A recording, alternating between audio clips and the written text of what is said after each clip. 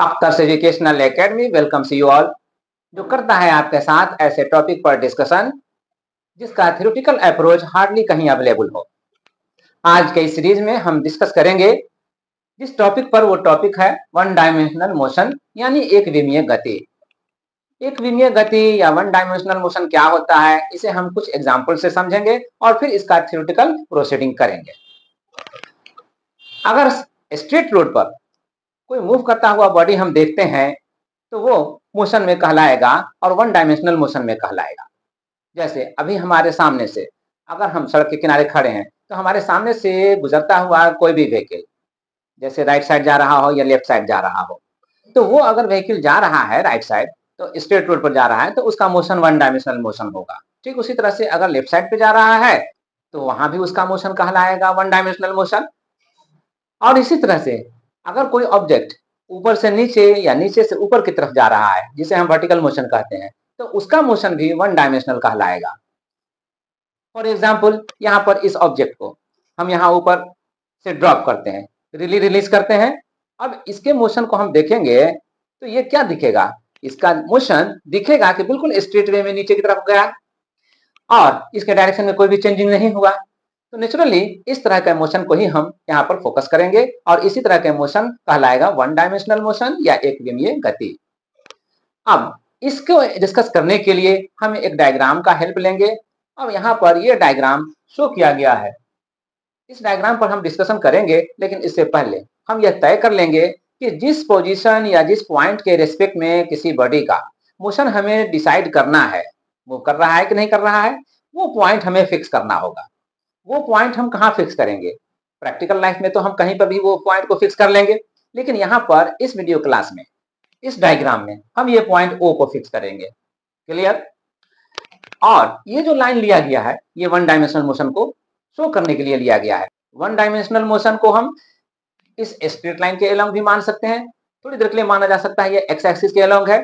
One dimensional motion को, जिसमें अभी हमने देखा था ये ऊपर से ड्रॉप किया गया ऑब्जेक्ट को और ठीक नीचे की तरफ मूव करता हुआ गिरा, तो इसको भी हम कहेंगे। तो ऐसे मोशन को हम वाई एक्सिस के अलोंग मान सकते हैं या जेड एक्सिस के अलोंग मान सकते हैं। तो वन डायमेंशनल मोशन या तो एक्स एक्सिस के अलोंग होगा या वाई एक्सिस के अलोंग होगा या जेड एक्सिस के अलोंग होगा। यहाँ पर हम यहाँ एक्स एक्सिस के अलोंग मान करके प्रोसीड करेंगे। अब इस मोशन के दौरान में कोई बॉडी मूव करता हुआ दिख रहा है अगर, तो हमें उस पॉइंट को पहले फिक्स करना होगा जिसके रेस्पेक्ट में वो मोशन डिसाइड हो रहा है या मूवमेंट डिसाइड हो रहा है।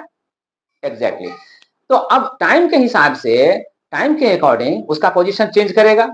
चेंज करते हुए पोजीशन को हम यहाँ पर लिंक करेंगे वेलोसिटी से, और अगर वेलोसिटी भी चेंज कर रहा है तो उसे हम लिंक करेंगे, उसे कनेक्ट करेंगे एक्सेलरेशन से यानी त्वरण से। तो हम यहाँ पर मेनली थ्री टर्म्स को डिस्कस करेंगे। पहला, चेंज करते हुए पोजीशन की वजह से वो कितना डिस्टेंस कवर कर रहा है, कितना डिस्प्लेस हो रहा है, विस्थापित कितना हो रहा है, इस पर डिस्कस करेंगे। और दूसरा, मूव करते हुए बॉडी का किसी पर्टिकुलर टाइम के बाद क्या वेलोसिटी हो रहा है, क्या वेग हो रहा है, इस पर डिस्कस करेंगे। और तीसरा, अगर वो वेलोसिटी चेंज कर रहा है, वेरी कर रहा है, हो सकता है नहीं भी करे, लेकिन अगर चेंज कर रहा है तो चेंज इन वेलोसिटी कहलाता है एक्सेलरेशन, त्वरण। तो हम यहाँ पर इन्हीं थ्री टर्म्स पर डिस्कस करेंगे, डिस्प्लेसमेंट या विस्थापन, वेलोसिटी या वेग, और एक्सेलरेशन या लेट्स प्रोसीड। पॉइंट ओ से जब मूव करता हुआ बॉडी को ऑब्जर्व किया जाता है किसी टाइम पॉइंट ए पर, जो राइट साइड में जा रहा है मूव करता हुआ, तो मान लीजिए कि जिस टाइम इसे मूव करता हुआ देखा गया वो टाइम यहाँ पर t1 है। ठीक, और उसके बाद इसका पोजीशन यहाँ से यहाँ तक के रेस्पेक्ट में ये पोजीशन जो है वो x1 है। किसी पर्टिकुलर टाइम के बाद टाइम t2 पर उसका जब पोजीशन देखा जाता है, टाइम t2 यहाँ पर मेंशन कर देते हैं, टाइम t2 पर इसका पोजीशन जो देखा जाता है वो b पर देखा जाता है। अब b का इस फिक्स पॉइंट के रेस्पेक्ट में जो पोजीशन होगा वो x2 होगा, x2। अब यहाँ पर हम जानना चाहते हैं कि टाइम t1 से लेकर टाइम t2 तक के बीच में जो भी इंटरवल रहा है, उस इंटरवल में ऑब्जेक्ट यानी मूव करने वाला बॉडी कितना डिस्प्लेस हुआ, कितना विस्थापित हुआ। नेचुरली हम कहेंगे कि ए से बी तक पहुंचा तो यही विस्थापित हुआ, यही विस्थापन हुआ, यानी डिस्प्लेसमेंट ए बी हुआ। तो अब इस AB को जो विस्थापन हुआ है, डिस्प्लेस हुआ है, किस तरह से फाइंड आउट कर सकते हैं कि अगर टाइम t2 पर B पोजीशन पर पहुंचा और टाइम t1 पर पोजीशन A पर था, स्ट्रेट रोड है, स्ट्रेट पाथ है मूवमेंट का, तो फिर ये जो विस्थापन है, ये जो डिस्प्लेसमेंट है, हम डायरेक्टली कह सकते हैं डिस्प्लेसमेंट यानी विस्थापन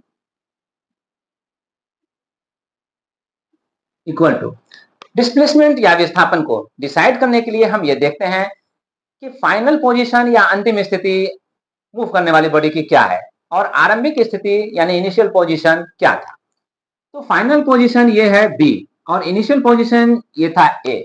तो हम यहां पर कहेंगे ओ से बी तक का पोजीशन में अगर ओ से ए तक का पोजीशन जो पहले से था ऑलरेडी उसको माइनस कर दिया जाए तो ओ बी माइनस ओ ए यही हमारे लिए डिस्प्लेसमेंट दे देगा।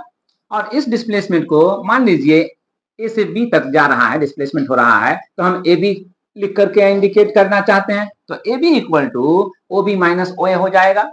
ये दो अलग अलग पोजीशन के लिए कोऑर्डिनेट हैं x2 और x1। तो यहाँ पर OB के लिए x2 लिखेंगे और OA के लिए x1 लिखेंगे। नेचुरली x2 माइनस x1 अगर हम करते हैं तो यहाँ पर मेनली फोकस हमारा रहता है कि OB में से हम OA को माइनस कर रहे हैं, तब हमें मिल रहा है AB। अब इसका जो डिफरेंस आएगा वो डिफरेंस कुछ ना कुछ तो आएगा, उसको भी हम x के टर्म में लिखेंगे। x के टर्म में लिखेंगे तो या तो x लिखिए या डेल्टा x लिखिए। तो x2 minus x1 equal to x, ये हुआ डिस्प्लेसमेंट। इस सिंबल को जो ट्रायंगल जैसा दिख रहा है, त्रिभुज जैसा दिख रहा है, इसको हम डेल्टा पढ़ते हैं। तो x2 minus x1 equal to delta x या x, यही हो गया डिस्प्लेसमेंट यानी कि विस्थापन। अब हमारा पर्पस ये है कि हम इसको वेलोसिटी या वेग से लिंक करें, कनेक्ट करें। तो जैसे टाइम t2 पर यहां पर आया और टाइम t1 पर यहां पर था, यानी कि टाइम t2 पर b पर आया और टाइम t1 पर a पर था, तो डिस्प्लेसमेंट अगर a से b तक हुआ ab, तो टाइम इंटरवल कितना लगा, टाइम इंटरवल कितना पास किया, टाइम इंटरवल को जो पास किया हम फाइंड आउट करते हैं t2 में t1 को माइनस करके, t2 में t1 को माइनस करके। तो हम यहां पर कहेंगे time interval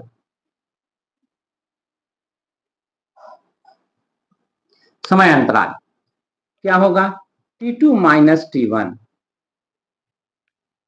t2 minus t1। अब इसका कोई भी वैल्यू हो सकता है, मान लीजिए इसका वैल्यू डेल्टा t आता है, t भी दे सकते हैं, तो यहां पर हम लिखेंगे और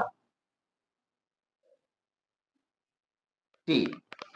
इस तरह से जो टाइम पास किया ए से बी तक जाने में वो टाइम हुआ डेल्टा t या t, और जो इस दौरान इस ड्यूरेशन में डिस्प्लेसमेंट हुआ, विस्थापन हुआ, वो है डेल्टा x या x।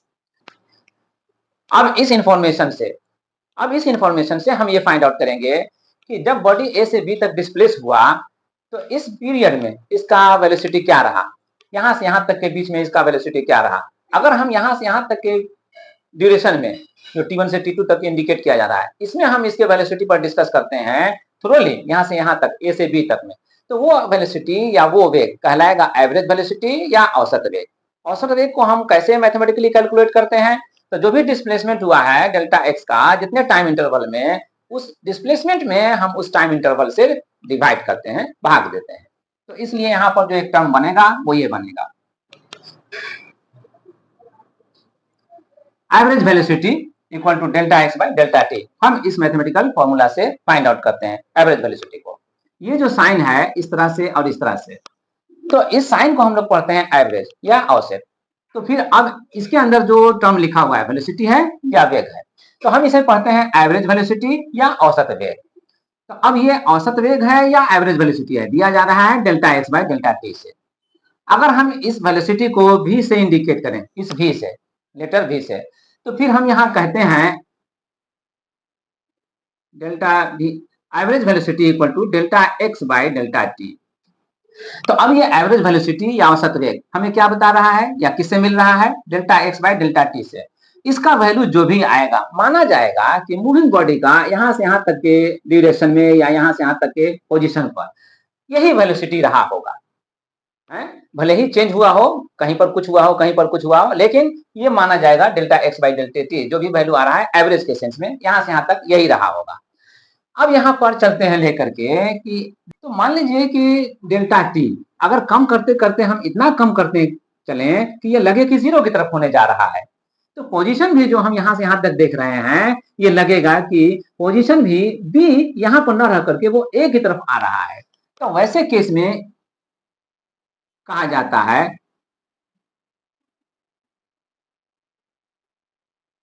जो एवरेज वेलोसिटी है वो एक पर्टिकुलर वैल्यू की तरफ जाएगा, वेलोसिटी की तरफ जाएगा, और इस वेलोसिटी को हम कहते हैं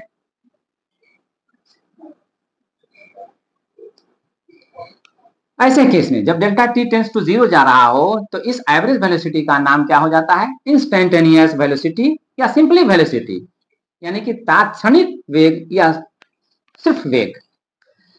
अब यहाँ तात्क्षणिक वेग या सिर्फ वेग से मतलब हमारा ये रहता है कि जिस वक्त देखा मूव करते हुए बॉडी को उस वक्त का स्पीड, उस वक्त का वेग, उस वक्त का वेलोसिटी, जिस वक्त देख रहे हैं उस वक्त का, तो उस वक्त के हिसाब से अब हम कह सकते हैं कि जब पोजीशन चेंज करेगा, टाइम चेंज करेगा, तो फिर वेलोसिटी भी चेंज कर सकता है, स्पीड भी चेंज कर सकता है, हो सकता है करता हो।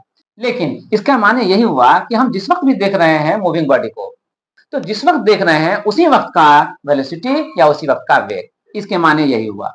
और अब जब इसको हम इस तरह से रिप्रेजेंट करेंगे तो फिर इसका जो वैल्यू आएगा उसको भी हम किसी तरह से रिप्रेजेंट करेंगे। यस, इसके वैल्यू को हम रिप्रेजेंट करते हैं ऐसे।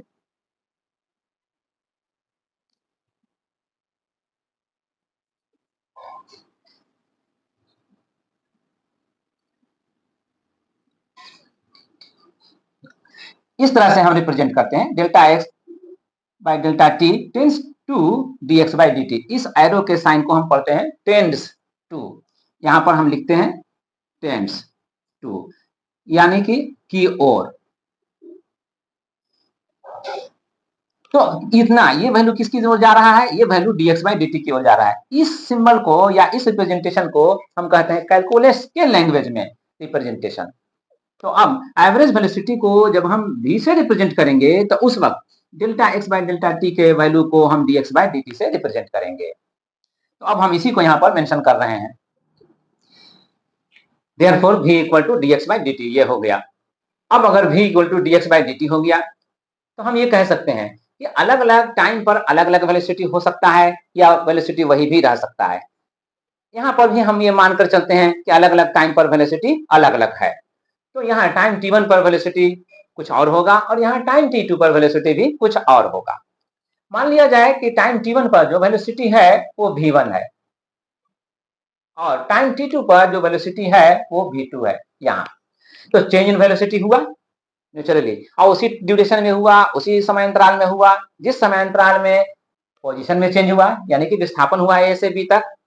तो अब इसलिए तो अब चेंज इन वेलोसिटी कितना होगा, देयरफॉर v2 माइनस v1, यही है v2 minus v1 change in velocity. तो अब v2 माइनस v1 को हम एक्सप्रेस करें डेल्टा v से या फिर v से। तो ये चेंज इन वेलोसिटी हो रहा है, वेग परिवर्तन हो रहा है, तो कितने टाइम में हो रहा है, वो टाइम हो रहा है t1 से जितना टाइम लगता है t2 तक पहुंचने में उतने टाइम में हो रहा है। और इस ड्यूरेशन को, इस समय अंतराल को हम निकालते हैं t2 माइनस t1 करके। तो अब यहां पर यहां से यहां तक के ड्यूरेशन में अगर change in velocity delta v है और ड्यूरेशन कितना है डेल्टा t, तो अब हम delta v by delta t अगर हम ले रहे हैं इस फॉर्म में delta v by delta t, तो ये जो आ रहा है, ये जो क्वांटिटी को डिफाइन करने जा रहा है वो कह रहा है कि per unit time change in velocity, और ये per unit time change in velocity कहलाएगा एवरेज एक्सेलरेशन। यहां पर क्या लिखेंगे, एवरेज एक्सीलरेशन, यानी हम इसे त्वरण का नाम दे दें तो औसत त्वरण कहलाएगा। तो औसत त्वरण या एवरेज एक्सीलरेशन डिफाइन हो जाएगा किससे, delta v by delta t से। ठीक है, ठीक इसी तरह से जैसे हमने यहाँ पर डिस्कस किया था delta t tends to zero, तो जब delta t tends to zero तो इसमें भी डेल्टा t को हम मिनिमाइज करेंगे। तो ये जो एवरेज एक्सीलरेशन आएगा अभी यहाँ पर a से b तक में जो आ रहा है एवरेज एक्सीलरेशन, उसको इंडिकेट कर रहा है, उसको शो कर रहा है। अब यहाँ पर इतना करने के बाद अगर डेल्टा टी टेंस टू 0 हो रहा है तो इसके माने ये हुआ कि बी टेंस टू ए हो रहा है। तो अब यहाँ पर उस केस में ये जो एवरेज एक्सेलरेशन है, इस एक्सेलरेशन को हम लिखेंगे ए से। तो इसको हम कह दें average acceleration. Yes, average acceleration या औसत त्वरण। इसको हम किससे डिफाइन करेंगे? Delta we by delta T से। अब यहाँ डेल्टा टी टेंस टू 0 जब जाएगा तो ये एवरेज एक्सेलरेशन का नाम बदलेगा। जैसे यहाँ पर एवरेज वेलोसिटी का नाम बदला था और उसे हम लिखा था वी से। इसको पढ़ते हैं इंस्टेंटेनियस वेलोसिटी या सिंपली वेलोसिटी, यानी कि तात्क्षणिक वेग या सिर्फ वेग। तो उसी तरह से हम यहाँ पर जो औसत त्वरण कह रहे हैं या एवरेज एक्सेलरेशन कह रहे हैं, अगर डेल्टा टी टेंस टू 0 की तरफ दिखलाएंगे तो इसका वैल्यू जो होगा वो सिर्फ ए की तरफ जाएगा। ठीक है, और इसका वैल्यू जो होगा वो जिस तरह से हमने delta x by delta t को dx बाई dt से शो किया था, वैसे ही delta v by delta t को हम dv बाई dt से शो करेंगे। क्लियर?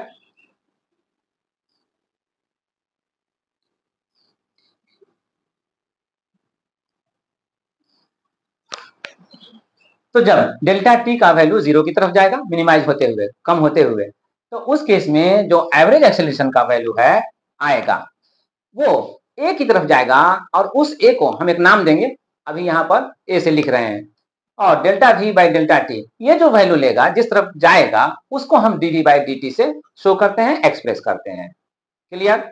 अब हम इसका नाम दे रहे हैं इस ए को, जैसे वेलोसिटी के लिए हमने लिखा था एवरेज वेलोसिटी को v, इंस्टेंटेनियस वेलोसिटी या सिंपली वेलोसिटी, तो वैसे ही यहाँ पर इस ए को इंस्टेंटेनियस एक्सेलरेशन कहेंगे या सिंपली एक्सेलरेशन कहेंगे।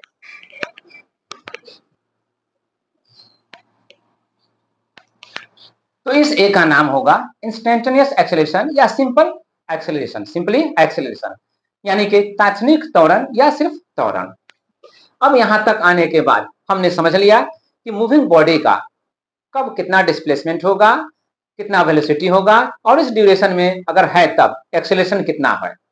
अगर एक्सेलरेशन नहीं है तो फिर नहीं रहेगा, लेकिन अगर है तब एक्सेलरेशन कितना है। इन तीनों टर्म्स पर हमने यहाँ तक डिस्कस किया। अब यहाँ पर इससे पहले कि आगे बढ़े, एक न्यूमेरिकल प्रॉब्लम को एज एग्जांपल लेकर के एक्सप्लेन करना चाहेंगे और फिर उसके बाद फिर हम इंट्रोड्यूस करेंगे कुछ इक्वेशंस जिसे हमें कहना है equation of motion. Okay, let's proceed. Example ये है, a particle moves along the x axis in such a way that its x coordinate varies as x equal to 2 minus 5t plus 6t square, where x is in meter and t is in second. Find the initial velocity and acceleration, if any, at time t equal to 2 second. यानी एक कण x अक्ष के अनुदिश गति करता है जिसकी स्थिति x बराबर 2 minus 5t plus 6t square के अनुसार बदलती है। x को मीटर में और t को सेकंड में मापा जाता है। कण का आरंभिक वेग और त्वरण अगर है तो t बराबर 2 सेकंड पर ज्ञात करें। क्वेश्चन ये है, अब तक हमने जो कुछ भी डिस्कस किया है उसके बेसिस पे किस तरह ये सोल्व करते हैं, लेट्स सी।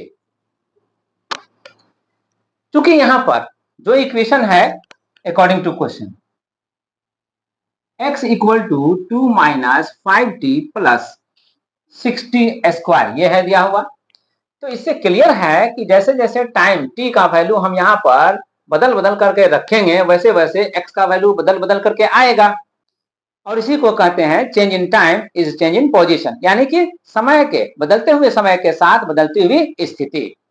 तो अब अगर समय के साथ ये स्थिति बदल रही है, पोजीशन चेंज हो रहा है टाइम के साथ साथ, तो फिर इसकी वेलोसिटी क्या है, और वो भी इनिशियल वेलोसिटी। हमें इनिशियल वेलोसिटी यानी कि आरंभिक वेग हमको ज्ञात करना है, ये क्या है ये पता करना है। तो बहरहाल वेलोसिटी कभी भी ज्ञात करना हो, अगर हमें टाइम के हिसाब से ज्ञात ही करना है, फाइंड आउट करना ही है, तो हम इसको डिफरेंशिएट करेंगे। कैलकुलस के लैंग्वेज में हम इसको कहते हैं डिफरेंशिएट करना। चेंज इन एक्स जो है वो वेरी किस तरह से करता है टाइम के रेस्पेक्ट में, उसको हम जो प्री प्रोसेस से प्रोसीड करते हैं वो कहलाता है डिफरेंशिएट करना।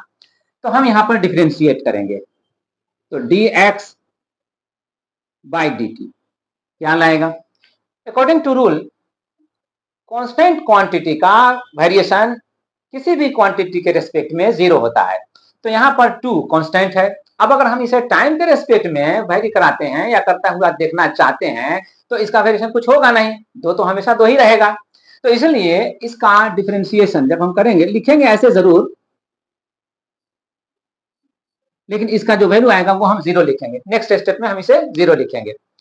और यहाँ पर जो 5t है, 5 इसका मल्टीप्लायर है, फैक्टर है, तो 5 को एज फैक्टर रहने दीजिए और t को आप डिफरेंशिएट कीजिए ऐसे, और प्लस 6 यहाँ मल्टीप्लायर है तो 6 को यहाँ रहने दीजिए और टी स्क्वायर को आप डिफरेंशिएट कीजिए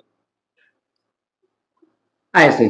डिफरेंशिएट करने का जो एक्सप्रेशन होता है वो ये होता है dx बाई dt, जैसा कि हमने इससे पहले भी देखा था। अगर x वैरी कर रहा है तो टाइम के रेस्पेक्ट में, अगर y वैरी करेगा तो dy बाई dt होगा, अगर z वैरी करेगा तो dz बाई dt होगा, या किसी के रेस्पेक्ट में, दूसरा क्वांटिटी के रेस्पेक्ट में अगर वैरी कर रहा है तो dx बाई समथिंग दैट होगा। तो अब हम इसको यहाँ पर प्रोसीड करते हैं और ये dx by dt by definition क्या आ जाएगा, v, rate of change of position या rate of change of displacement ये कह सकते हैं। तो ये वेलोसिटी v आएगा, तो v आएगा। और ये 2 का डिफरेंशिएशन जो होता है कैलकुलेशन लैंग्वेज में, हम वंस अगेन रिपीट कर रहे हैं, ये कांस्टेंट होने के नाते ये 0 हो जाएगा और 0 हो जाएगा। और ये माइनस के बाद 5 यहाँ पर लिखेंगे और यहाँ पर dt बाई dt, तो यहाँ पर ये t जो है वो बाय रूल जो डिफरेंशिएट होकर के आएगा वो 1 आएगा। तो 1 आएगा तो हम यहाँ पर 1 कर लें और प्लस 6 लिखने के बाद इनटू का साइन देंगे और तब यहाँ पर टी स्क्वायर है, तो बाय रूल ये जो टी स्क्वायर है वो बदल जाएगा 2t में। अब फाइनली क्या आया, तो फाइनली आएगा -5 प्लस 6 टू 12t। तो यानी कि अब हम पहले 12 लिख दें और t के साथ लिख दें 12t और बाद में लिखें -5, तो ये हमारे लिए ज्यादा अच्छा है। तो v इक्वल टू हो गया 12t माइनस 5। अब ये हमें मैसेज दे रहा है, इससे हमको इंफॉर्मेशन मिल रहा है कि जो वेलोसिटी v है वो अब टाइम डिपेंडेंट है कि टाइम से फ्री है। क्योंकि यहाँ पर टाइम t इन्वॉल्व है, तो अब यहाँ कहेंगे हम टाइम डिपेंडेंट, यानी कि टाइम के हिसाब से अगर t का वैल्यू कुछ होगा तो इसका प्रोडक्ट भी कुछ होगा और इसलिए v का वैल्यू भी कुछ होगा। और t का वैल्यू अगर फिक्स रहेगा तो v का वैल्यू भी फिक्स रहेगा, लेकिन t तो हमेशा फिक्स रहता ही नहीं है, t हमेशा वेरी करता है। तो टाइम अलग अलग यहाँ पर रखेंगे तो अलग अलग टाइम के साथ जो 12 का मल्टीप्लाई करने पर आएगा प्रोडक्ट टाइम और 12 का, तो वो प्रोडक्ट भी अलग अलग होगा और उसमें हमें 5 को माइनस करने के बाद जो रिजल्ट आएगा वो हमें देना है v के लिए। हम यहाँ पर क्या चाहते हैं, अकॉर्डिंग टू क्वेश्चन हमें इनिशियल वेलोसिटी चाहिए। इनिशियल वेलोसिटी का मतलब यह हुआ time t equal to 0, time t equal to 0 पर वेलोसिटी क्या है ये हमें निकालना है। तो अब हम टाइम t इक्वल टू 0 पर वेलोसिटी निकालना चाहते हैं, तो हम यहाँ पर वंस अगेन चूंकि कह रहे हैं कि v वेरी कर रहा है अकॉर्डिंग टू टाइम t, तो टाइम के रिस्पेक्ट में अगर ये वेरी करने वाला है तो इसका भी rate of change of variation निकाल सकते हैं एग्जैक्टली। लेकिन जो वेरिएशन इन वेलोसिटी निकलेगा वो तो एक्सेलरेशन होगा। एक्सेलरेशन अभी हम यहाँ पर फाइंड आउट नहीं करते हैं, पहले हम इनिशियल वेलोसिटी को फाइंड आउट करते हैं। ओके, फॉर इनिशियल वेलोसिटी यानी आरंभिक वेग के लिए t क्या लेंगे हम 0। तो जब t 0 लेंगे तो v हमें क्या मिलेगा, v equal to 12 into 0 minus 5 ये मिलेगा वहां से उस रिलेशन से। तो इस रिलेशन से 12 इंटू 0 माइनस 5 लिखने के बाद अगर 12 को 0 से मल्टीप्लाई करें, गुना करें, तो कितना आएगा 0।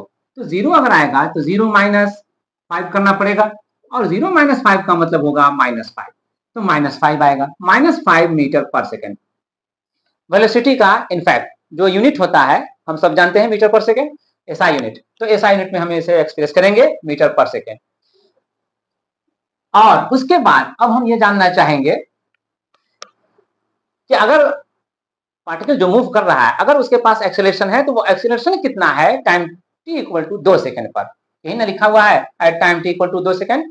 यस, तो एक्सेलरेशन फाइंड आउट कीजिए इफ एनी, अगर है तब, तो होना तो है क्योंकि ये जो v देख रहे हैं हम equation v equal to 12t minus 5 है और ये भी डिपेंडेंट है t पर, यानी कि t का वेरिएशन v का वेरिएशन है ना, t में बदलाव v में बदलाव। तो जब वेग परिवर्तन होगा, वेरिएशन इन वेलोसिटी होगा, तो एक्सेलरेशन तो प्रोड्यूस होगा ही, और इसीलिए अब हमें ये निकालना है तो हम निकालेंगे। वेरिएशन को कैसे फाइंड आउट करेंगे, तो वंस अगेन जैसे हमने x का वेरिएशन हमने फाइंड आउट किया था वैसे ही v का भी वेरिएशन फाइंड आउट करेंगे, मतलब कैलकुलस के लैंग्वेज में हम यहाँ इसे डिफरेंशिएट करेंगे अगेन, यानी फिर a equal to dv by dt। अगर a equal to dv by dt है तो a इक्वल टू v क्या है, v तो 12t माइनस 5 है, जैसा कि यहाँ पर ओबियस है। तो हम यहाँ पर d के लिए 12t माइनस 5 लिखेंगे और बाई dt। कैलकुलस में जो डिफरेंशिएशन का रूल है उसको हम फॉलो करते हैं और इससे हम लिखते हैं ये जो दो टर्म है 12t एक टर्म हुआ और 5 दूसरा टर्म हुआ, इन दोनों को हम अलग करते हैं with the sign of minus, ये जो साइन है माइनस का उसके साथ।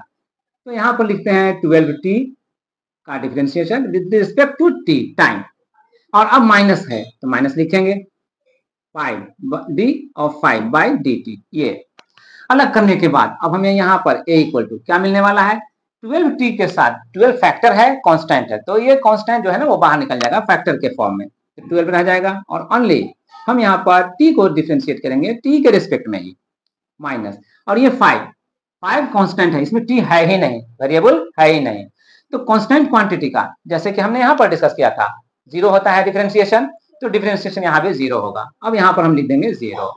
अब यहाँ पर क्या आएगा, तो 12 ये तो रह जाएगा एज इट इज, और इनटू ये t का डिफरेंशिएशन, जैसे हमने यहाँ पर dt t का डिफरेंशिएशन लिखा था t के रेस्पेक्ट में कितना 1, तो यहाँ पर भी हम इस t का डिफरेंशिएशन लिखेंगे 1।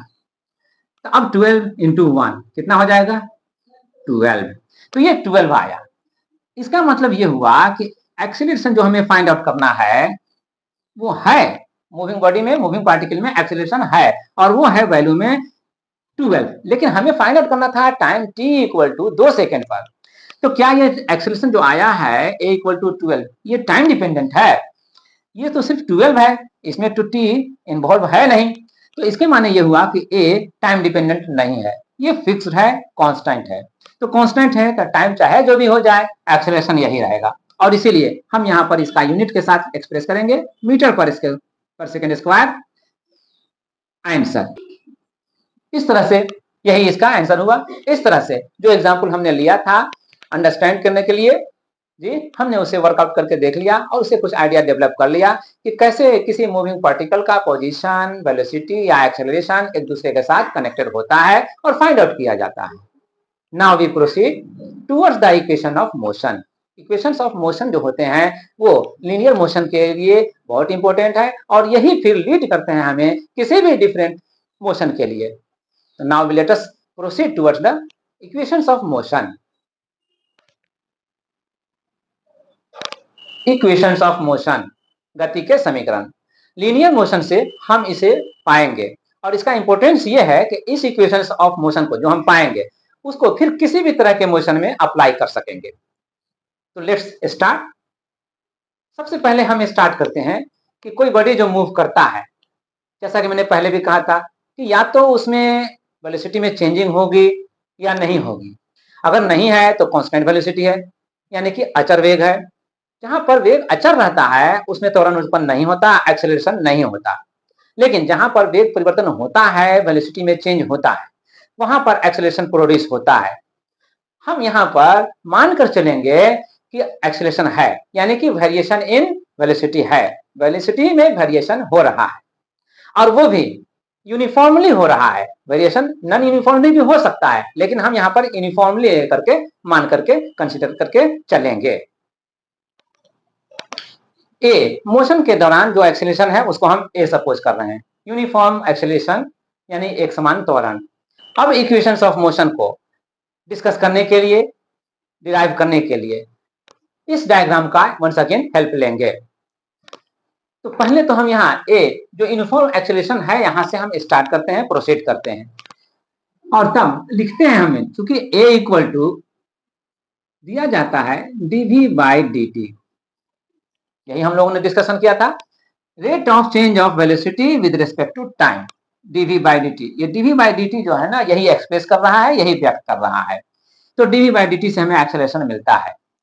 अब लाइक सिंपल मैथमेटिक्स, हम इस dt को राइट साइड से लेफ्ट साइड लाएंगे और जब लाएंगे तो फिर यहाँ पर लिखेंगे a into d t equal to right side में रह जाएगा dv। तो अब ये dv क्या है, अब ये dv जो है वो चेंज इन वेलोसिटी है। सिर्फ जब तक ये dv बाई dt था, पढ़ा जा रहा था या समझा जा रहा था rate of change of velocity. अब dt यहाँ से रिमूव हो गया तो अब ओनली dv रह गया। इस dv को हम कहेंगे change in velocity. Change in velocity with in what time, कितने टाइम में। तो अब ये टाइम जो है ना राइट साइड से लेफ्ट साइड आ गया, तो इसलिए ये dt जो है, ये dt टाइम इंटरवल जो है उसमें ये चेंज इन वेलोसिटी हुआ है dv। तो अब डीवी या डीटी जो हम भी एक्सप्रेस करते हैं कैलकुलस के लैंग्वेज में, वो ये अंडरस्टैंड करने के लिए एक्सप्रेस करते हैं कि वो चेंज इन वेलोसिटी या चेंज इन टाइम बहुत ही स्मॉल है, इतना स्मॉल जितना हम इमेजिन कर सकते हैं। क्लियर?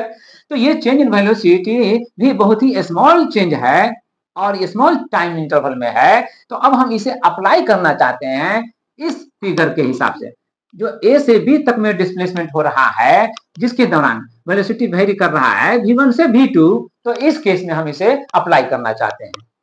नेचुरली अगर टाइम इंटरवल बहुत छोटा है, तो फॉर सिंपल एग्जांपल हम उस छोटे से टाइम इंटरवल को एक्सप्रेस करना चाहें, तो मान लीजिए कि ये एक पॉइंट है जो ए को एक्सप्रेस कर रहा है, और इसके ठीक क्लोज में ये एक पॉइंट है जिसमें कोई और दूसरा पॉइंट है, मान लीजिए वेरिएबल पॉइंट है तो एक्स है। तो यहां से यहां तक का जो चेंज इन टाइम हुआ होगा, वही हम टाइम इंटरवल यहाँ dt से एक्सप्रेस कर रहे हैं। अगर ये स्मॉल टाइम में dt में a से x तक आया है, तो फिर a से x तक आने में जो a पर वेलोसिटी v1 था, वो वेलोसिटी भी x तक आते आते चेंज किया होगा। यस, वो चेंज किया होगा। तो इस पीरियड में जो चेंज इन वेलोसिटी हुआ होगा, वो हम dv से लिखेंगे। यही dv यहाँ से यहाँ तक का चेंज इन वेरिएशन है वेलोसिटी के लिए।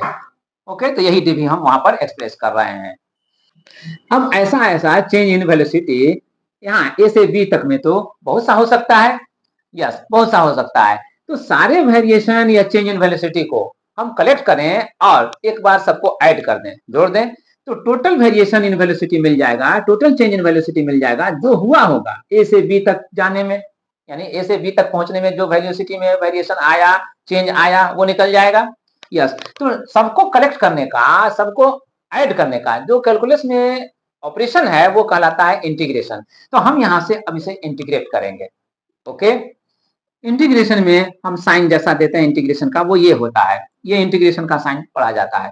तो अब A integration of A times dt ये हुआ, और इंटीग्रेशन जब लेफ्ट साइड में होगा तो राइट साइड में भी होगा, तो इंटीग्रेशन ऑफ dv ये हो गया।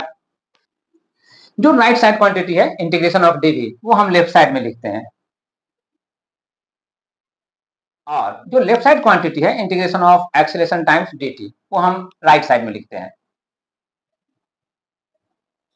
अब इंटीग्रेशन तो हम कर रहे हैं ये देखने के लिए कि टोटल वेरिएशन क्या हुआ है। तो जब टोटल वेरिएशन क्या हुआ है ये देखना चाहते हैं, तो हमें यहाँ पर एक लिमिट को इंट्रोड्यूस करना होगा। हम कहां से कहां तक देखना चाह रहे हैं कि वेरिएशन क्या हुआ है, तो ऑब्वियसली हम इस फिगर में ए से बी तक में कितना वेरी किया है वो हम देखना चाहते हैं, और फाइनली हम ये देखना चाहते हैं कि ए से बी तक पहुंचने के बाद कितना हुआ है। तो हम यहाँ पर इनिशियल पॉइंट ए लेंगे और फाइनल पॉइंट बी लेंगे। इस इनिशियल पॉइंट ए पर टाइम का जो इंडिकेशन है वह t1 है, और फाइनल पॉइंट पर ये t2 है। तो टाइम का जो लोअर लिमिट हुआ वो t1 और अपर लिमिट जो हुआ वो t2। तो इसी तरह से वेलोसिटी का जो वेरी कर रहा है ए पर, इनिशियल वैल्यू जो होगा वो v1 से यहाँ इंडिकेट किया हुआ है, और जो फाइनल वैल्यू होगा वेलोसिटी का वो यहाँ v2 से इंडिकेट किया हुआ है। तो वेलोसिटी का जो वेरिएशन हो रहा है वो अपर लिमिट में जा रहा है v2 तक, और लोअर लिमिट कहाँ था, v1 पर। तो हम यहाँ पर वेलोसिटी जो है यहाँ पर लिखेंगे v1 लोअर लिमिट नीचे में, इंटीग्रेशन साइन के नीचे में, और अपर लिमिट v2 ऊपर में। और इसी तरह से यहाँ पर dt है, टाइम वेरिएशन कर रहा है, तो लोअर लिमिट टाइम का t1 यहाँ लिखेंगे लोअर पॉइंट पर इंटीग्रेशन के, और टाइम t2 लिखेंगे अपर पॉइंट पर t2। तो अब यहाँ पर हमें इंटीग्रेट करना है। बाय रूल ऑफ इंटीग्रेशन जो है वो ये कहता है कि अगर छोटा छोटा चेंज इन वेलोसिटी है और हम यहाँ से यहाँ तक के वेरिएशन को हम देखना चाहते हैं, तो ये इंटीग्रेट होकर के जो आएगा वो इन दोनों लिमिट का डिफरेंस के बराबर आएगा। क्लियर? यानी कि v2 माइनस v1 ये आएगा, और यहाँ पर ए तो हमने यहाँ पर यूनिफॉर्म लिया है, एक्सेलरेशन को एक समान लिया है, तो ए को इंटीग्रेशन में कांस्टेंट होने के नाते हम बाहर कर लेते हैं, इसका इंटीग्रेशन नहीं होगा। जैसे डिफरेंशिएशन नहीं होता वैसे इंटीग्रेशन भी नहीं होगा, बट यहाँ पर फैक्टर है तो फैक्टर रहेगा, तो ए बाहर आ जाएगा। और dt है, अब dt का इंटीग्रेशन रह जाएगा, तो dt का इंटीग्रेशन ठीक इसी तरह से करेंगे जैसे इसका अपर और लोअर लिमिट था, और इसको इंटीग्रेट करके by definition v2 minus v1 हम एक्सप्रेस कर रहे हैं, वैसे ही dt का भी इंटीग्रेट करेंगे तो बाय डेफिनेशन इसका अपर लिमिट और लोअर लिमिट का डिफरेंस आएगा t2 माइनस t1 ये। तो अब ये आया रिजल्ट। अब ये रिजल्ट आया तो इसके बाद हमें क्या मिलेगा, अब इसके बाद हमें मिलेगा v2 माइनस v1, यहां पर लिख देंगे v2 माइनस v1, और a रहेगा ठीक है। T2 माइनस T1 इसका कोई ना कोई वैल्यू होगा। हम मान लेते हैं कि T2 माइनस T1 जो वैल्यू देगा वो T होगा, तो AT हो गया। यहां पर आप इसको रिप्लेस कर दीजिए T से, ठीक है। ये T2 माइनस T1 क्या हो गया, T। वही T यहां पर ला के रख दिया, T।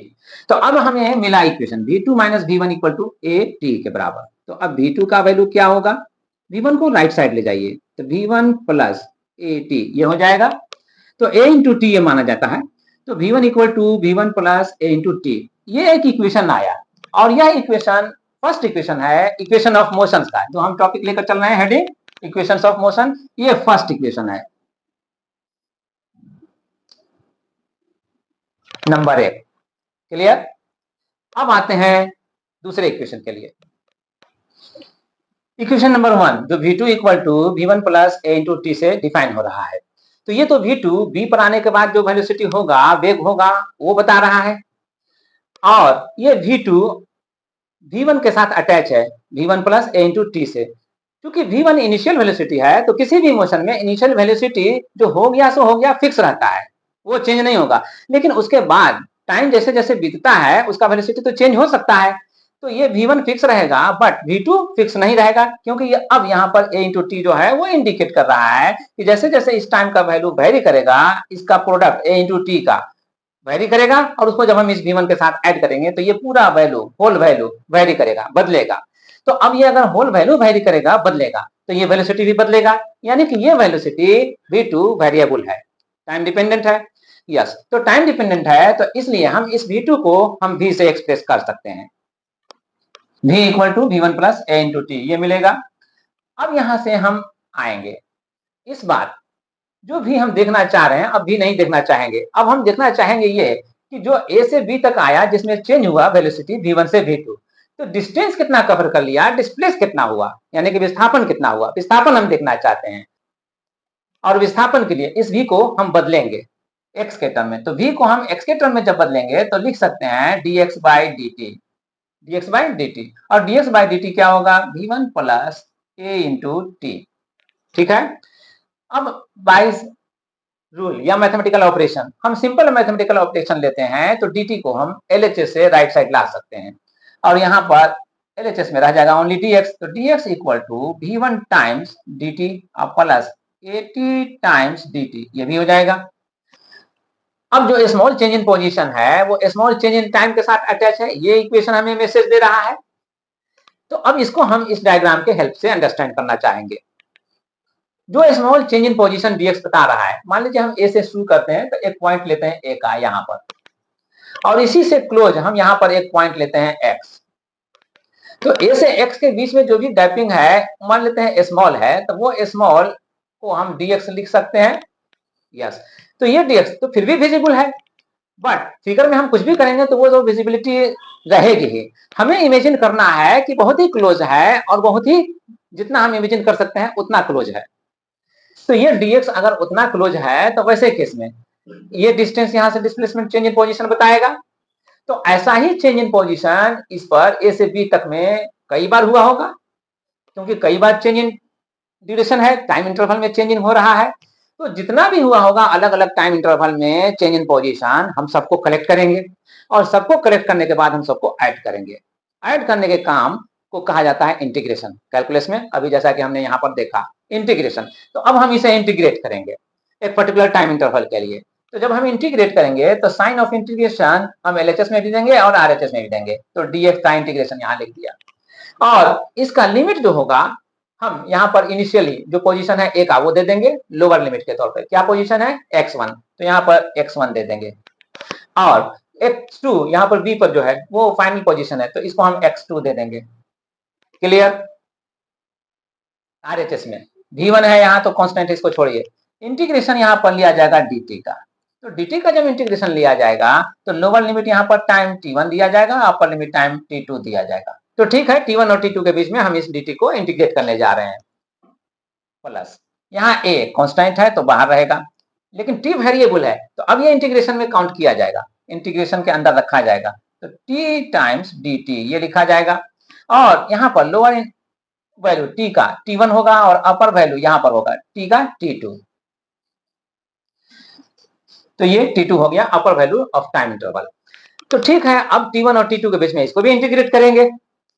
Now we proceed to integrate dx को। अगर हम इंटीग्रेट कर रहे हैं x1 और x2 के बीच में लिमिट में, तो जैसा कि इसके केस में हमने डिफाइन किया था कि जो अपर और लोअर लिमिट है उसका डिफरेंस हो जाएगा इसका इंटीग्रेशन, तो उसका भी इंटीग्रेशन हो जाएगा और दिया जाएगा x2 माइनस x1 LHS में, और RHS में v1 है मल्टीप्लायर फैक्टर, तो रह जाएगा एज फैक्टर ही। ओनली dt का इंटीग्रेशन होगा और उसको दिया जाएगा t2 माइनस t1। क्लियर? और उसके बाद प्लस a है तो a लिखा जाएगा और t है यहाँ पर। तो डिफरेंशिएशन अगर रहता तो उसमें पावर जो रहता है वो पावर रिड्यूस होता है, लेकिन इंटीग्रेशन जो है तो इसमें पावर इंक्रीज करेगा। तो हम यहाँ पर लिखेंगे t का पावर कितना है 1, यहाँ पर पावर कितना है 1, तो 1 से इंक्रीज कर जाएगा, 1 और 1 2, ये 2 हो जाएगा। जितना पावर हो जाता है वेरिएबल का उतना ही से फिर डिवाइड किया जाता है इस वैल्यू को। तो यहाँ पर पावर 2 हुआ है तो 2 से डिवाइड करेंगे। यस, तो a into T square by 2, और लिमिट तो हमने लिखा नहीं यहाँ पर, तो लिमिट के लिए अब यहाँ पर लिख सकते हैं। अगर लिखना चाहे तो t2 square minus t1 square यहाँ पर लिख दें इकट्ठे ऐसे। अदरवाइज टी स्क्वायर लिखने के बाद नेक्स्ट स्टेप में हम टी का अपर लिमिट का वैल्यू देते और लोअर लिमिट का वैल्यू देते और फिर उसका डिफरेंस फाइंड आउट करते, तो उससे भी हमें जो मिलता वो t2 square minus t1 square यही मिलता। क्लियर? अब यहाँ पर जो रिलेशन आएगा वो आएगा x2 minus x1 equal to v1 into ये t2 माइनस t1 कुछ तो वैल्यू होगा, t2 माइनस t1 कुछ वैल्यू होगा। अगर हम यहाँ पर आए देखें तो टाइम t1 है, इनिशियल टाइम है, इनिशियल टाइम को हम 0 कंसीडर करते हैं। ठीक है, तो इनिशियल टाइम को अगर 0 कंसीडर करते हैं तो t2 ही हमारा फाइनल टाइम है जो टाइम इंटरवल होगा। तो t2 माइनस t1, अगर फाइनल टाइम हमारे पास t2 है तो t2 माइनस t1 अगर हम करते हैं तो ये t2 माइनस 0 ये होगा। अब आएगा ओनली t2, ये t2 हमारा फाइनल टाइम आया टाइम इंटरवल का। अब इस t2 को हम t2 क्यों लिखें? अगर हम 1 2 नहीं लिख रहे हैं तो हम सिर्फ t भी लिख सकते हैं, तो t ही यहाँ पर लिख देते हैं। t2 माइनस t1 का जो वैल्यू आ रहा है वो हम यहाँ पर t लिख देते हैं, तो v1t हो गया। और प्लस यहाँ जो हाफ देख रहे हैं 2 डिनोमिनेटर में उसको हम आउट कर लेते हैं, तो हाफ यहाँ कर लेते हैं और a के साथ यहाँ पर अटैच करते हैं हाफ a, और ये t2 square minus t1 square है। तो जैसे कि इस केस में हमने यहाँ कंसीडर किया t1 को 0 और t2 को t, तो वैसे इस केस में भी हम कंसीडर कर सकते हैं t1 0 हो जाएगा t2 t हो जाएगा। तो 0 का स्क्वायर तो 0 ही रहेगा, और 0 को जब हम इसमें से माइनस करेंगे तो उसका कोई इफेक्ट पड़ेगा नहीं, जो है वो यही रह जाएगा। तो यहाँ पर t2 भी अब चेंज कर जाएगा t में और t स्क्वायर आता जाएगा, तो a इंटू टी स्क्वायर ये हुआ। तो x2 minus x1 equal to v1t plus half a t square हुआ। या फिर इसे हम कह सकते हैं कि x2 equal to x1 plus v1t plus half a t square ऐसा। अब यहाँ पर क्या है, जिस तरह से हम यहाँ पर कंसीडर करें कि t1 जहां से हम टाइम काउंट करना शुरू करते हैं वो 0 हम लेते हैं, t1 हमने 0 लिया, तो वैसा ये भी हो सकता है कि जहां पर हम ऑब्जेक्ट को देख रहे हैं वो भी इनिशियली ओरिजिन पर था, यानी कि यहाँ पर था। तो अगर वैसे केस में देखेंगे तो फिर x1 का वैल्यू क्या होगा, x1 का वैल्यू 0 हो जाएगा। तो वैसे केस में x1 का वैल्यू 0, तो x2 भी अब x1 नहीं रहने से 0 होने से अब x2 भी x2 लिखना जरूरी नहीं रह गया, अब उसको हम x लिख सकते हैं। तो उस केस में लिख दीजिए जब x1 इक्वल टू 0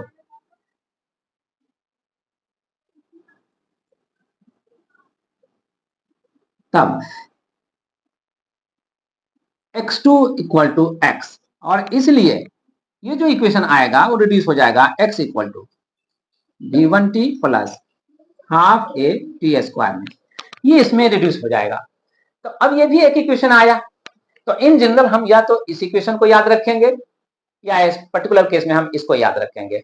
जनरली यही हम याद रखते हैं और इसको भूल जाते हैं, लेकिन याद इसको भी रखना है। क्लियर? ये तब अप्लाई होगा जब ऑब्जेक्ट ओरिजिन से चलना शुरू नहीं किया है, वो कहीं पर था और उस वक्त से उसके मोशन को कंसीडर किया जा रहा है, तब उस केस में हम इसको अप्लाई करते हैं। अदरवाइज जहां भी देखेंगे कि ओरिजिन से शुरू कर रहा है, स्टार्टिंग पॉइंट हम 0 लेंगे अगर, लेंगे तब डिस्कशन के दौरान, तो उस केस में हम x equal to v1t plus half a t square को यूज करते हैं। इस तरह से ये जो इक्वेशन आ रहा है, ये इक्वेशन ऑफ मोशन का सेकेंड इक्वेशन है।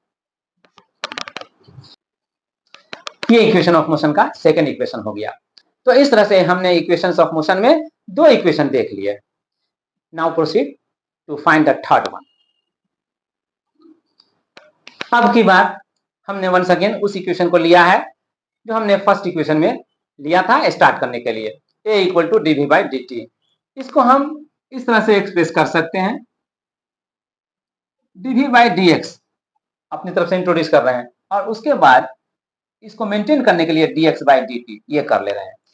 तो सिंपल मैथमेटिकल कैलकुलेशन हमारा कहता है कि dx dx तो कैंसिल हो जाएगा, इसलिए there will be no effect. ठीक है, कोई इफेक्ट नहीं पड़ेगा और हम अब इसी के साथ प्रोसीड करेंगे। यहाँ जो dx बाई dt है, ये dx बाई dt क्या है? ये तो rate of change of position बता रहा है। तो rate of change of position को हम v से एक्सप्रेस करते हैं, तो ये v हो जाएगा एग्जैक्टली। तो यहाँ a इक्वल टू लिखेंगे dv by dx into v। ये अब ऐसा ना लिख करके हम v into dv by dx लिखते हैं। बाय सिंपल मैथमेटिक्स हम ये अगर प्रोसीड करें यहाँ से, तो dx को हम राइट साइड से लेफ्ट साइड ला सकते हैं और लाने में हम a इंटू dx लिखेंगे और यहाँ राइट साइड में v इंटू dv लिखेंगे। जो लेफ्ट साइड में a इंटू dx हो रहा है वो v इंटू dv के बराबर हो रहा है RHS में। ठीक है, तो अब इसके माने क्या हुआ? अब ये जो रिलेशन आ रहा है ये हमें हिंट कर रहा है कि एक simple change in velocity, small change in velocity के साथ लिंक होगा, एसोसिएट होगा, यानी कि जुड़ा हुआ होगा। कौन सा? Simple change in position.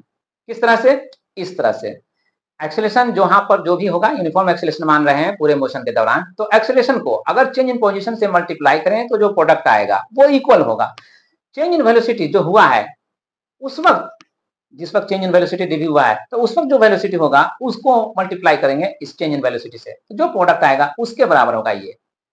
अब यहाँ पर जो आ रहा है जो रिलेशन, वो भी स्मॉल चेंज इन वेलोसिटी और स्मॉल चेंज इन पोजीशन से अटैच है, जुड़ा हुआ है।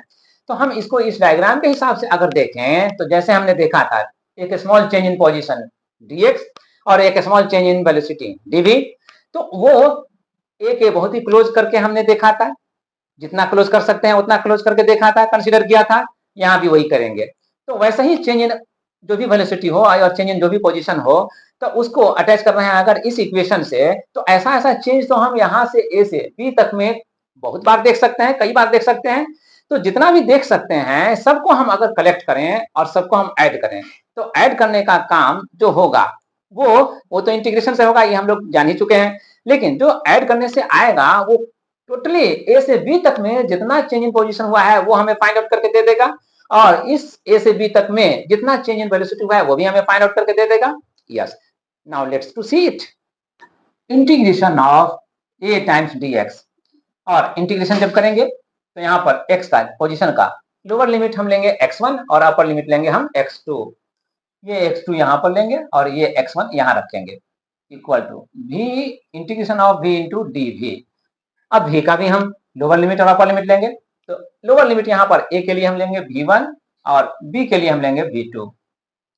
बाय रूल, क्योंकि a कांस्टेंट है लेकिन मल्टीप्लायर है, तो इसलिए हम इसे बाहर कर लेंगे इंटीग्रेशन से और ओनली dx को हम इंटीग्रेट करेंगे।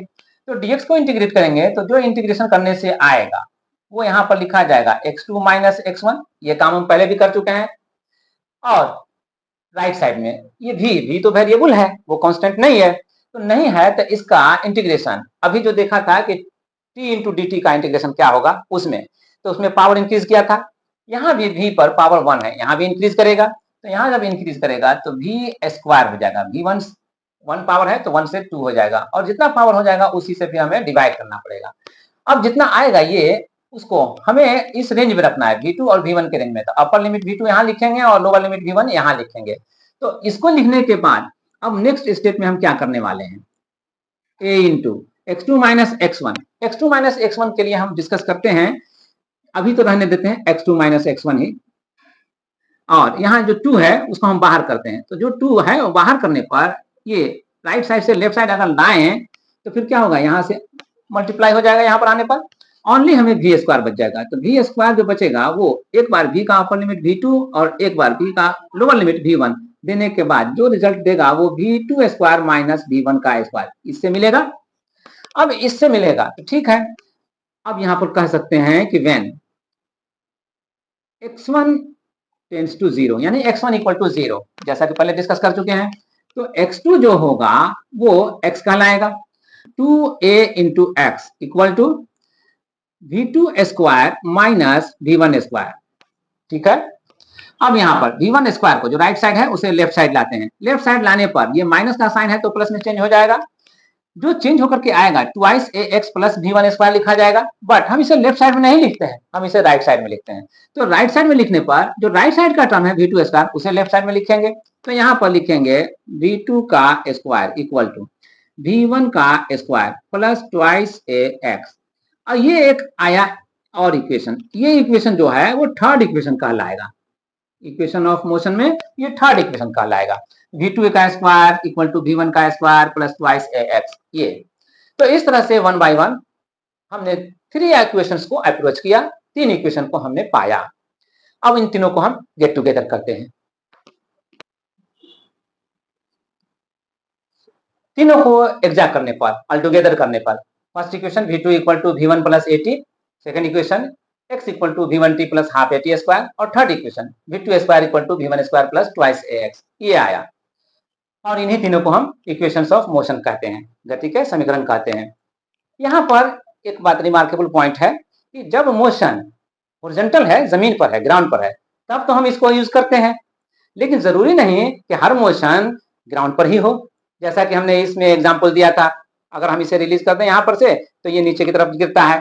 तो उसी तरह से अगर हम इसको ऊपर की तरफ उछाल दें तो ऊपर की तरफ जाएगा। तो ऊपर की तरफ जाने में या नीचे की तरफ आने में ये तो वर्टिकल मोशन कहलाता है। तो क्या हम इन इक्वेशंस को वर्टिकल मोशन में अप्लाई नहीं कर सकते? करते हैं, लेकिन सिर्फ हमें कुछ चेंज करना पड़ता है। क्या चेंज करेंगे? जो एक्सेलरेशन होता है वो एक्सेलरेशन हमने यहाँ पर ए को शो किया है, लेकिन वहां पर जो वर्टिकल मोशन में मोशन होगा उसमें हम एक्सेलरेशन ए से नहीं शो करते, वहां पर जी एक्सेलरेशन ड्यू टू ग्रेविटी जो है उसको इंट्रोड्यूस करते हैं। और जो एक्स है, जो हॉरिजॉन्टल डिस्प्लेसमेंट के लिए या कवर डिस्टेंस के लिए हम यूज करते हैं एक्स, वहां पर वर्टिकल मोशन में हम एक्स नहीं एच करते हैं हाइट के लिए। क्लियर? तो now let's see in vertical motion these equations। In vertical motion यानी ऊर्ध्वाधर गति में हम जो चेंज करने जा रहे हैं अभी मैंने डिस्कस कर ही दिया। ए को रिप्लेस करेंगे जी से और एक्स को रिप्लेस करेंगे एच से। तो ए को रिप्लेस करेंगे जी से और एक्स को रिप्लेस करेंगे एच से। वो भी वर्टिकल मोशन में देखा जाएगा कि motion of body vertically upward है या वर्टिकली डाउनवर्ड है। अभी जो हम यहाँ पर ले रहे थे ये वर्टिकली डाउनवर्ड है, तो डाउनवर्ड के केस में जी पॉजिटिव माना जाएगा और अपवर्ड के केस में जी निगेटिव लिया जाता है। ओके, तो डाउनवर्ड मोशन में, वर्टिकली डाउनवर्ड मोशन में हम इस इक्वेशन को यूज करेंगे यहाँ पर उन चेंजेस को अप्लाई करके।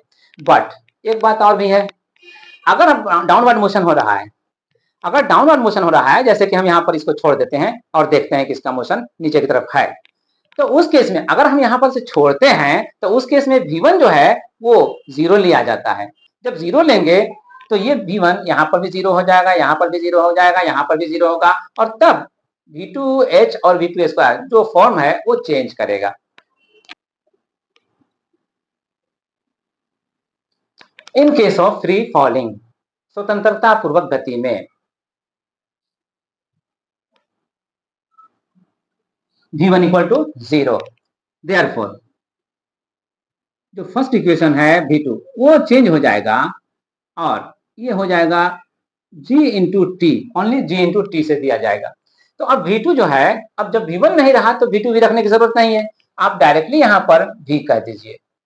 इसी तरह से सेकेंड इक्वेशन जो आपका है वो h इक्वल टू, क्या चेंज हो जाएगा h इक्वल टू में, ये तो टर्म 0 हो जाएगा, हाफ जी टी स्क्वायर ये आएगा। ठीक है, अब उसके बाद थर्ड इक्वेशन जो है v2 स्क्वायर, तो v2 स्क्वायर को हम यहाँ लिखेंगे v2 square equal to twice g h. But जैसा कि हमने यहाँ पर v2 को v से रिप्लेस कर दिया, यहाँ पर भी v2 का स्क्वायर को हम रिप्लेस करेंगे v स्क्वायर से। यस, तो ये इक्वेशन हो जाएगा फ्री फॉलिंग मोशन के केस में, नीचे ऊपर से नीचे की तरफ आता हुआ, ये कहलाता है ऊर्ध्वाधर गति में ऊपर से नीचे की तरफ आता हुआ, ये कहलाता है ऊर्ध्वाधर गति में स्वतंत्रता पूर्वक गति। ओके, अब हम देखते हैं अपवर्ड डायरेक्शन में अगर मूवमेंट होता है बॉडी का, तो उस केस में जी क्या हो जाएगा, जी का हल होगा निगेटिव साइन के साथ बदल करके। तो इक्वेशन क्या बनेगा, तो अब इक्वेशन यहाँ पर जो आ रहा है प्लस में, यहाँ पर माइनस में आएगा, और अब न्यू फॉर्म जो होगा इक्वेशन का वो ऐसे होगा, वर्टिकली अपवर्ड मोशन में जी चेंज हो जाएगा माइनस जी से। ठीक है, तो अब इसलिए जो आएगा जो इक्वेशन वन इक्वेशन वो आएगा V2 equal to V1 minus g into t, और सेकेंड इक्वेशन जो है H वो आएगा V1t minus half g t square, और थर्ड इक्वेशन में V2 का स्क्वायर आएगा V1 का square minus twice g h. तो इस तरह से जो इक्वेशंस ऑफ मोशन है हॉरिजॉन्टल कंडीशन में किस फॉर्म में रहेंगे, इस फॉर्म में रहेंगे, वर्टिकल कंडीशन में इस फॉर्म में या इस फॉर्म में रहेंगे, जो पॉसिबिलिटी है उसके अकॉर्डिंग। हमने यहाँ पर आज के टॉपिक पे जो डिस्कशन करना था वन डायमेंशनल मोशन, उस पर डिस्कशन किया, और इसमें जो भी रिजल्ट पाया वो यहाँ पर अवेलेबल है। अब I hope you might have understood it better, आप अच्छी तरह से समझ गए होंगे। बट अपने आप को एसेस करने के लिए आई सजेस्ट यू 3-4 प्रॉब्लम या 5 प्रॉब्लम को पिकअप कीजिए इन इक्वेशंस पर बेस्ड, लीनियर मोशन पर बेस्ड, और उसको अटेम्प्ट कीजिए सोल्व करने का। अगर अटेम्प्ट कर देते हैं, कम से कम 2-3 तो होना चाहिए, अगर इतना भी कर देते हैं तो इसके माने ये हुआ कि आपने कुछ गेन कर लिया है लीनियर मोशन में, यानी वन डायमेंशनल मोशन का आपके पास कुछ कॉन्सेप्ट डेवलप हो गया है। और अगर नहीं होता है, कहीं पर आप इसमें ट्रबल पाते हैं, तो कमेंट बॉक्स में आप अपने कमेंट के जरिए मुझे फीडबैक दीजिए। हो सकता है आने वाले वीडियो में उन प्रॉब्लम्स को मैं वर्कआउट करके दिखला दूं, और तब आप रियलाइज करेंगे देखने पर कि कहां पर आपका ट्रबल हो रहा था और उसको कैसे यहाँ पर सॉर्ट आउट किया गया है। तो अब इससे पहले कि आज के वीडियो क्लास को ओवर किया जाए, खत्म किया जाए, आपसे रिक्वेस्ट है कि अगर ये वीडियो क्लास आपको सेटिस्फाई करता है, आपके रिक्वायरमेंट्स को फुलफिल करता है, तो आप इसे प्लीज अपने सर्किल में सर्कुलेट कीजिए उनको जिन्हें इसकी जरूरत है। Thank you.